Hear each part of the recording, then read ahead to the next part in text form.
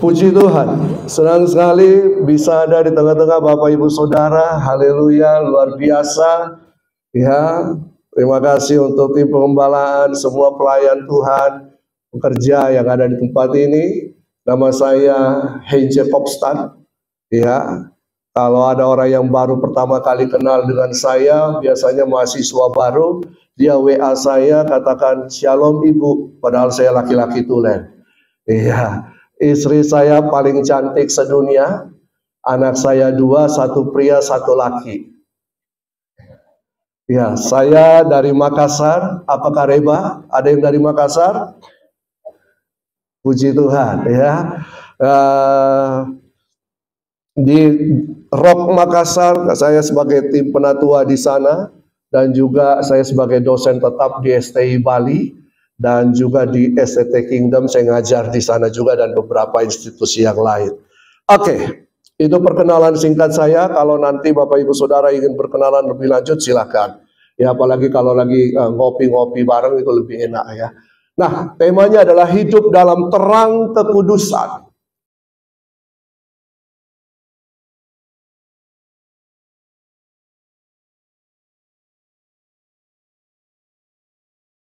Kita dalam bulan ini sedang berbicara tentang kekudusan. Terang kekudusan. Kenapa kita harus hidup dalam terang kekudusan? Sebab terang adalah gambaran daripada kekudusan itu sendiri. Allah adalah terang. Allah kekal. Jadi terang adalah gambaran daripada kekudusan Allah sendiri. Jadi terang ini ada di tengah-tengah kita, terang itu ada di dalam saya, Bapak Ibu Saudara, dan adalah kekudusan Allah. Karena Wahyu 22 ayat 5 berkata, dan malam tidak akan ada lagi di sana, dan mereka tidak memerlukan cahaya lampu dan cahaya matahari, sebab Tuhan Allah akan menerangi mereka. Dan mereka akan memerintah sebagai raja sampai selama-lamanya. Inilah tujuan kekekalan itu. Inilah tujuan daripada Tuhan memilih manusia. Inilah tujuan Allah memanggil kita dari keberdosaan untuk hidup dalam terangnya yang ajaib. Inilah tujuan Tuhan menciptakan kita, bahwa nanti pada kekekalan langit dan bumi baru, kita akan memerintah bersama-sama Sang Raja yang kekal. Amin. Karena itu pentingnya kekudusan dalam kehidupan saya, Bapak Ibu Saudara. Karena itu pentingnya kita memiliki terang itu.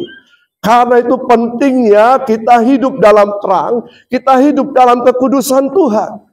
Karena dengan demikian kita akan berkenan kepada Raja di atas segala raja.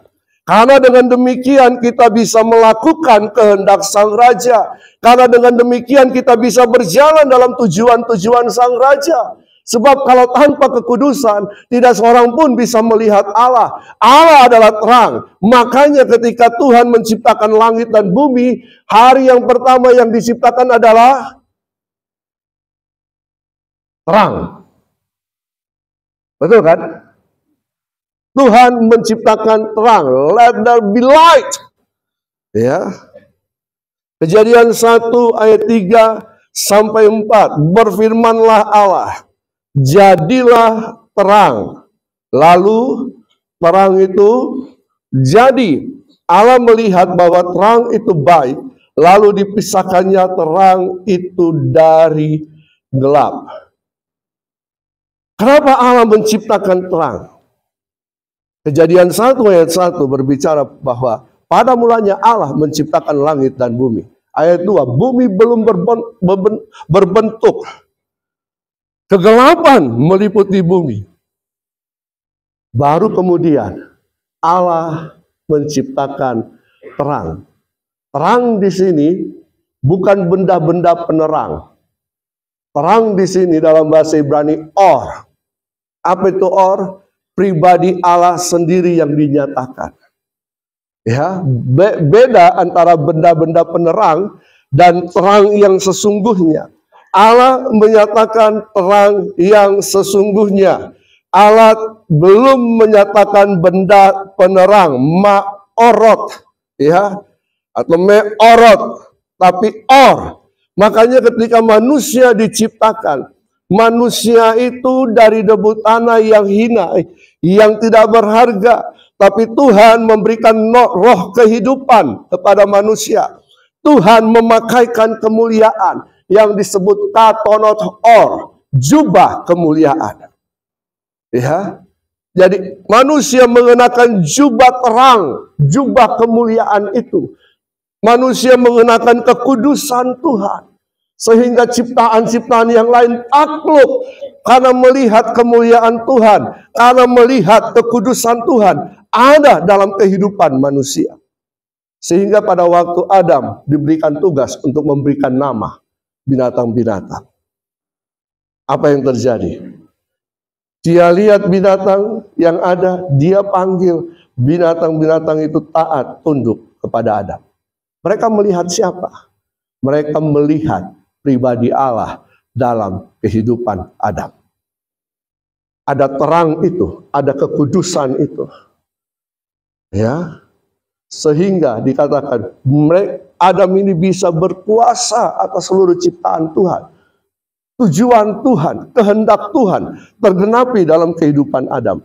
Tetapi Adam dan Hawa kemudian kita tahu jatuh dalam dosa. Kehilangan kemuliaan itu.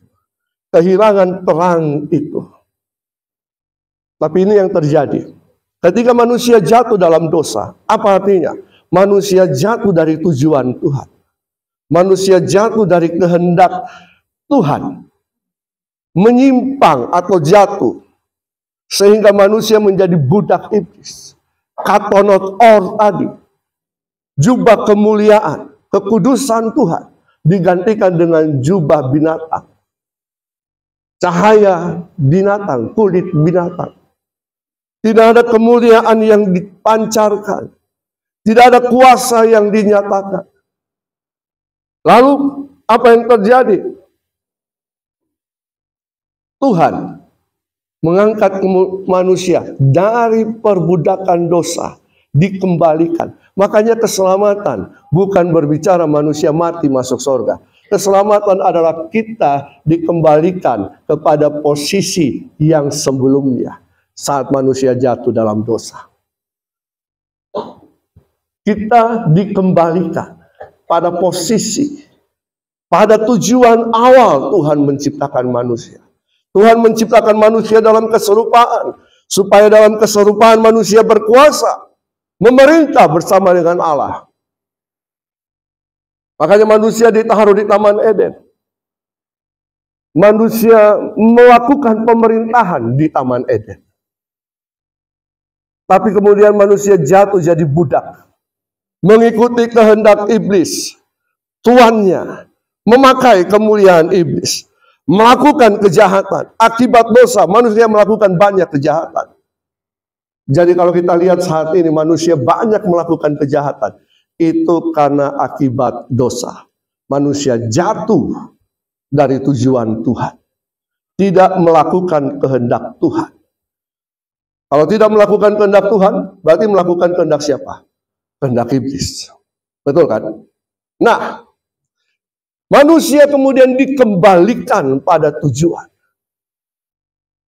Ketika dikembalikan kepada tujuan, manusia dipulihkan, Adam dipulihkan, semuanya dipulihkan. Ya.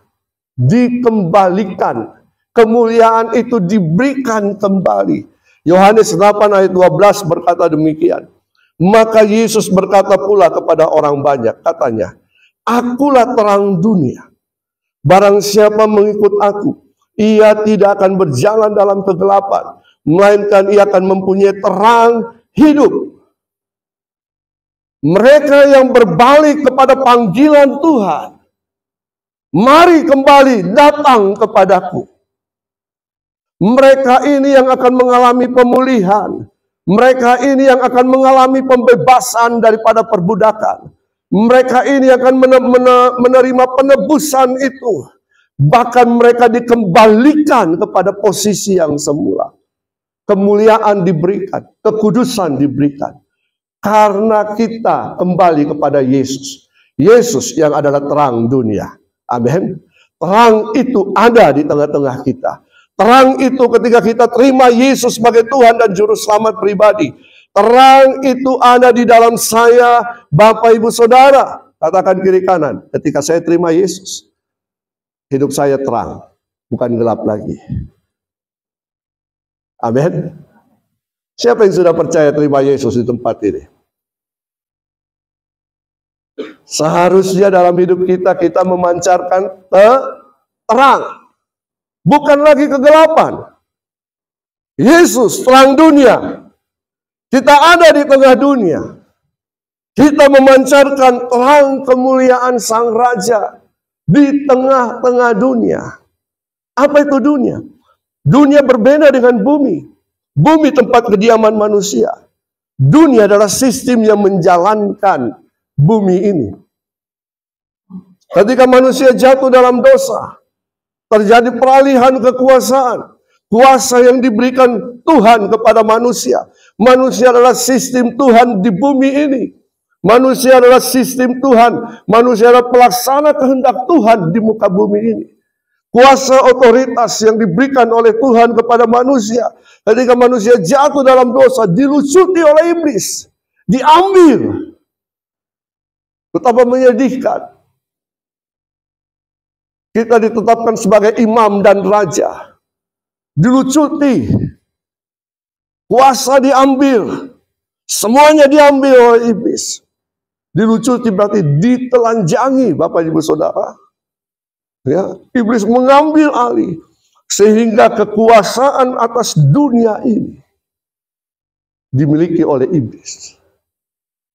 Kita, saya, Bapak Ibu Saudara, sedang ada di dalam dunia. Kita tinggal di bumi. Tuhan mempercayakan manusia bumi untuk dikelola. Tapi ada sistem yang menjalankannya. Sistem apa? Sistem dunia. Sistem dunia ini adalah awalnya milik Allah sendiri. Dipercayakan kepada manusia. Direbut oleh iblis. Sehingga iblislah yang pegang kendali atas semuanya. Makanya kita lihat sekarang. Dunia begitu bobrok. Pemerintahan korup. Betul kan? Politik kacau. Padahal tujuan kerajaan Allah adalah kesejahteraan umatnya. Politik itu baik. Tapi karena dunia dikuasai oleh iblis. Kita yang harusnya menyatakan terang. Karena kita tidak mengerti sistem dunia. Banyak yang terhanyut di dalamnya. Bukan terang yang dinyatakan. Tetapi apa? Kegelapan yang dinyatakan. Terseret, terhanyut. Oleh apa? Oleh keinginan daging. Keinginan mata, keangkuhan hidup. Ini 3 keinginan yang merupakan ujung tombak dunia untuk menyeret kita kembali. Supaya kita kembali kepada perbudakan dosa. Ini tujuan iblis. Tujuan kerajaan Allah. Menjadikan kita mulia, menjadi imam dan raja, memerintah bersama-sama dengan Allah dalam kekekalan dan dalam kehidupan kita sehari-hari. Amin. Ini tujuan Allah. Mari kita mengerti, makanya doa Yesus berkata begini. Jangan ambil mereka dari dunia. Tapi tolong jaga mereka. Betul kan? Jangan ambil mereka dari dunia. Kita ditempatkan di dunia untuk apa? Ini dia. Saya, Bapak Ibu Saudara, ditempatkan di dunia ini untuk apa? Kan enak. Kita bertobat, terima Yesus. Lalu kemudian Tuhan ambil saja roh, jiwa, dan tubuhku. Mati, senang-senang di sorga kan? Siapa yang mau senang-senang di sorga? Halo? Oh. Ada yang mau cepat-cepat masuk surga?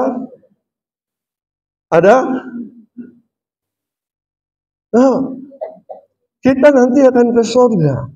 Tapi perhatikan baik-baik. Ya, kita akan ke surga, kita terima mahkota di surga, pernikahan anak domba, tapi kemudian kita akan turun kembali memerintah bersama Yesus. Amin. Tidak ada yang amin. Atau mau tetap tinggal di sorga? Manusia memang cepat-cepat ingin terlepas daripada kepenatan hidup.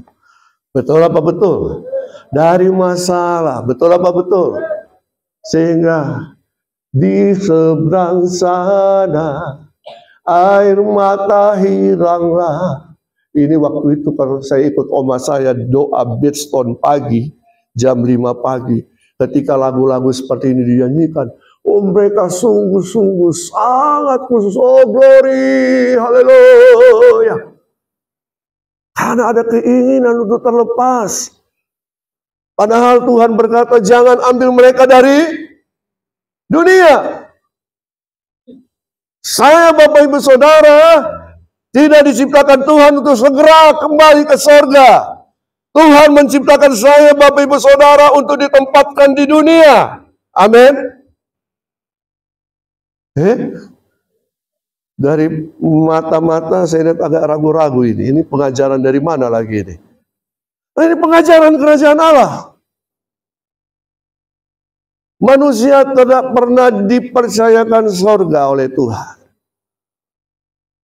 Manusia diciptakan di mana? Di mana Bapak Ibu? Di sorga atau di bumi? Di bumi. Hidup tinggal di bumi. Makan bekerja di, kawin dapat mantu dapat cucu di, atau di sorga? Mati? Mati di mana? Di bumi kan? Manusia tidak pernah memiliki sorga. Sorga tempat kediaman Allah. Manusia dipercayakan bumi dan dunia oleh Tuhan. Perhatikan baik-baik. Dunia dikuasai oleh iblis. Tuhan berkata, jangan, ya Bapa, Yesus berkata dalam doanya, ya Bapa, jangan ambil mereka dari dalam dunia. Biar mereka ada di situ. Tapi tolong mereka. Tolong supaya mereka bisa hidup dengan baik di dunia. Apakah juga seperti itu? Tidak, ada tujuan Tuhan. Ada tujuan Tuhan. Kenapa Tuhan memberikan kita terang? Nah, ini dia. Kegelapan kalau menguasai sistem dunia, maka tidak ada yang baik dalam dunia ini. Dunia ini penuh kejahatan. Dan firman Tuhan katakan, hari-hari ke depan bukannya bertambah baik, tapi akan bertambah jahat. Kita ada di tengah-tengah dunia yang jahat. Memang iblis telah dikalahkan, tapi pengaruhnya masih ada. Makanya firman Tuhan katakan dia seperti singa yang berkeliling mengaum untuk mencari mangsa supaya dapat ditelannya. Dia masih ada. Walaupun firman Tuhan katakan kita kuasa kegelapan, kuasa iblis telah ditaklukkan di bawah kaki kita. Tapi dia masih ada. Berusaha untuk menarik kita. Keinginan daging, keinginan mata, keangkuhan hidup. Berusaha untuk menarik kita. Kalau kita tidak memelihara kehidupan kita, kalau kita tidak mengerjakan kekudusan yang Tuhan berikan, kekudusan itu berarti kita dipisahkan dari dunia, menjadi milik Allah untuk tujuan Allah. Amin. Kekudusan tidak bisa dikerjakan oleh manusia. Kekudusan tidak bisa dilakukan oleh manusia. Walau dia bertapa, dia berendam, dia melakukan segala liturgi agama, manusia tidak akan pernah bisa hidup kudus. Kekudusan dari Allah diberikan kepada manusia. Kuasa firman dan Roh Kudus yang memampukan kita untuk bisa berjalan dalam kekudusan. Ini menjadi hal yang sangat penting. Doa baik, baca firman Tuhan baik. Tapi itu bukan membuat kita menjadi kudus dan diurapi. Perhatikan baik-baik. Liturgi agama tidak membuat kita diurapi dan dikuduskan.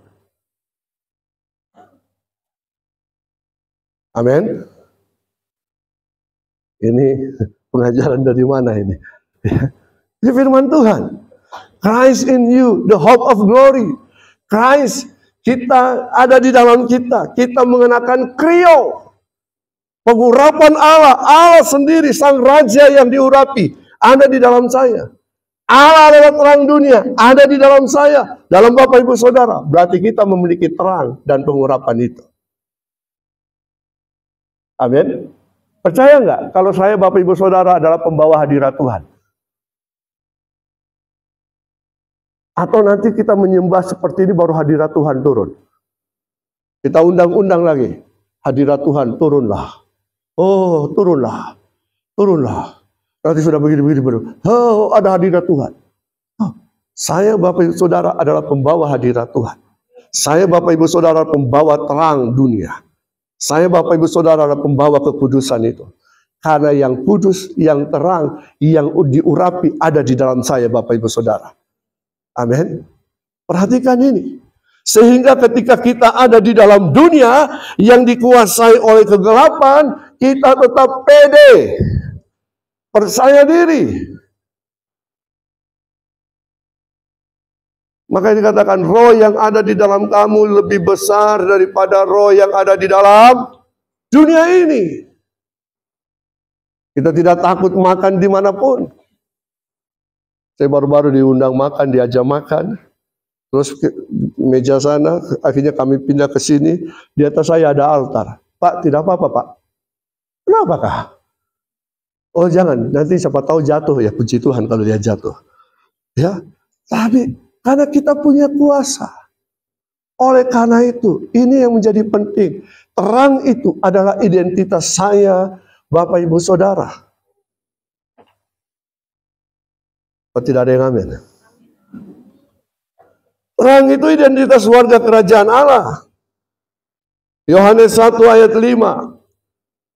Yohanes 1 ayat 5 berkata begini, dalam Dia ada hidup, dan hidup itu adalah terang manusia. Dalam Dia ada hidup, dalam siapa? Dalam kebenaran Allah, dalam pribadi Allah, dalam firman, dalam logos itu. Dalam Dia ada hidup, dan hidup itu adalah terang manusia. Nah, yang memiliki Dia dalam hidup kita, ada terang di dalam kita. Karena itu jangan takut. Jangan takut berjalan dalam dunia sendirian. Karena kita tidak sendirian. Kita ada bersama dengan Tuhan. Dia Allah yang besar. Dia Allah yang luar biasa. Kita nyanyikan lagu pujian dahsyat.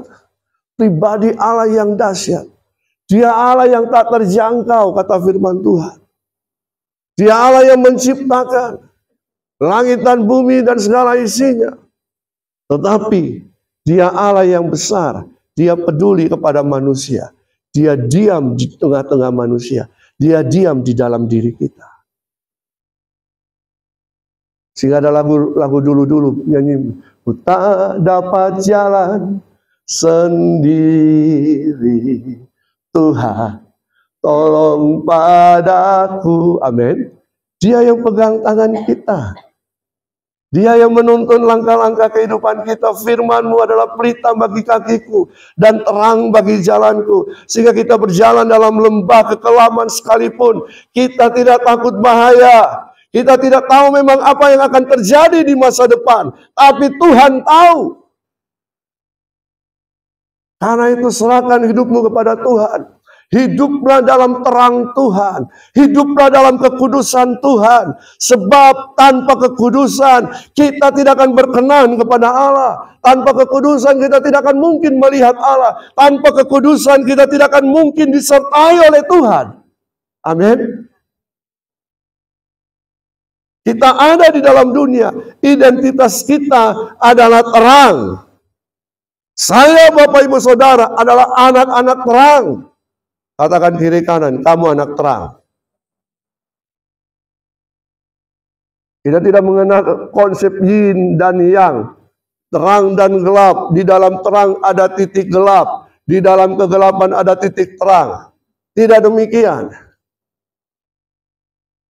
Pada waktu Tuhan menciptakan terang, dipisahkannya terang dan gelap itu, betul kan? Dipisahkannya. Dan Tuhan menganggap semuanya itu baik adanya. Nah, kalau begitu, kita memiliki identitas terang, ada di tengah-tengah dunia yang gelap. Untuk apa? Nah, terang harus menguasai kegelapan. Yohanes 1 ayat 5, terang itu bercahaya di dalam kegelapan, dan kegelapan itu tidak menguasainya. Matius 5 ayat 16. Demikianlah hendaknya terangmu bercahaya di depan orang, supaya mereka melihat perbuatanmu yang baik dan memuliakan Bapamu yang di sorga. Terang itu bercahaya di tengah kegelapan, dan kegelapan tidak menguasainya. Apa pengertian gelap? Secara filosofi, gelap adalah ketiadaan terang. Kenapa dunia gelap? Karena orang percaya belum menyatakan terang tersebut.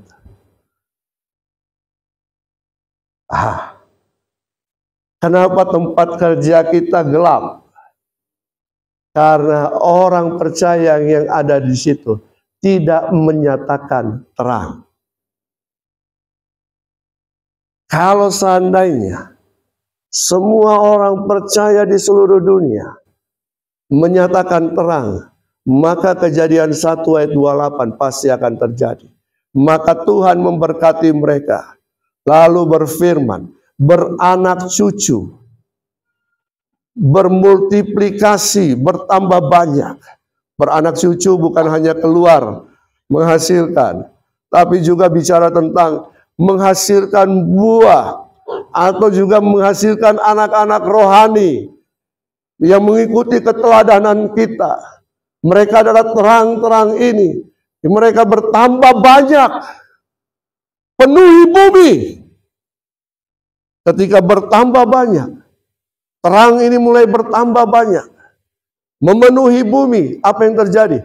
Kegelapan akan semakin sirna. Sehingga yang terjadi adalah rabas dan kadas. Kabas itu.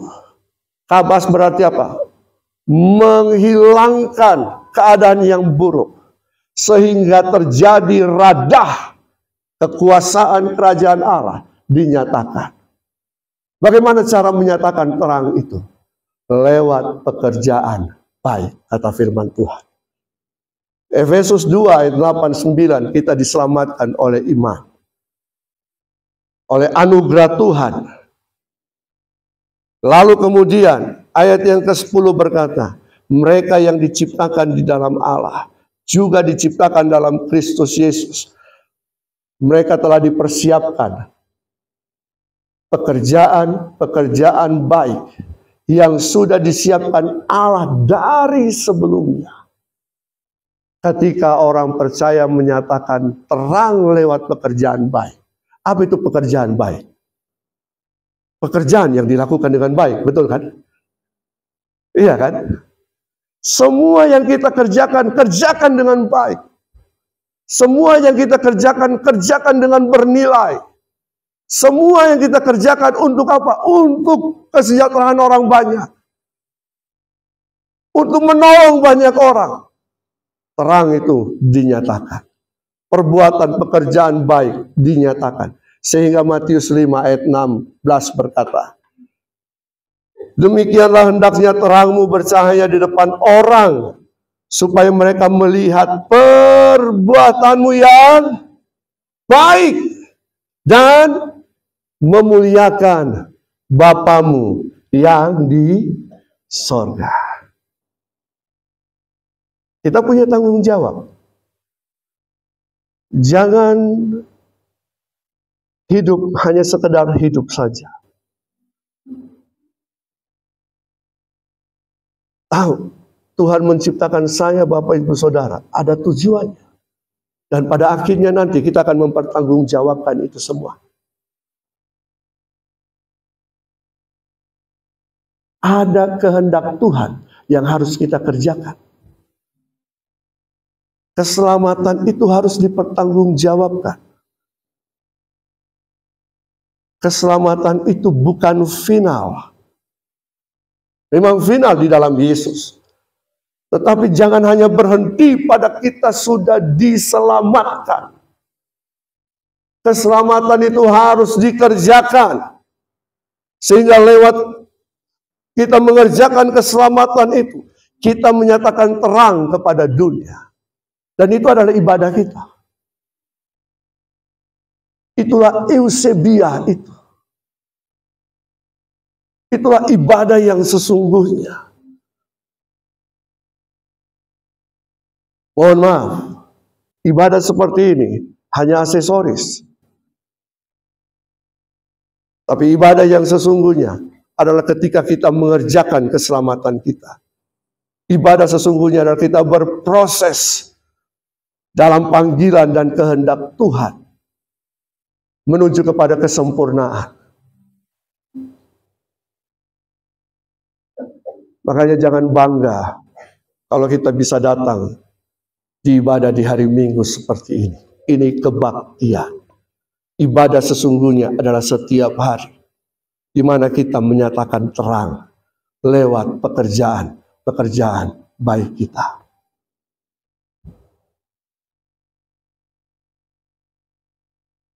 Disitulah kita menjaga kehidupan kita. Dalam gereja banyak orang pakai topeng. Betul apa betul? Tapi yang sesungguhnya yang terlihat ketika keluar dari tempat ini, di marketplace di mana kita berada, apakah kita menyatakan terang itu? Apakah kita melakukan pekerjaan baik sehingga orang akan melihat dan mempermuliakan Bapa di sorga. Karena itu, mari mulai bangun komunitas terang. Sehingga ketika di sini muncul komunitas terang, komunitas ini akan bercahaya, menerangi daerah ini. Di sini muncul, di sini muncul, di sini muncul, di sini muncul, di sini muncul, di sini muncul, di sini muncul, sehingga seluruh Bali akan penuh dengan kemuliaan Tuhan. Amin. Bukan cuma seluruh Bali, seluruh dunia akan penuh dengan kemuliaan Tuhan. Mari Bapak Ibu Saudara, jangan simpan terangmu. Kota yang terletak di atas gunung pasti akan terlihat. Jangan simpan terangmu di bawah gantang, di bawah meja, ditutup lagi. Mati. Tapi kalau di tempat ini semua terang berkumpul, panas. Betul? Makanya banyak terjadi clash di gereja. Karena mereka tidak tahu kemana terangnya disalurkan. Panas. Kalau garam semua kumpul,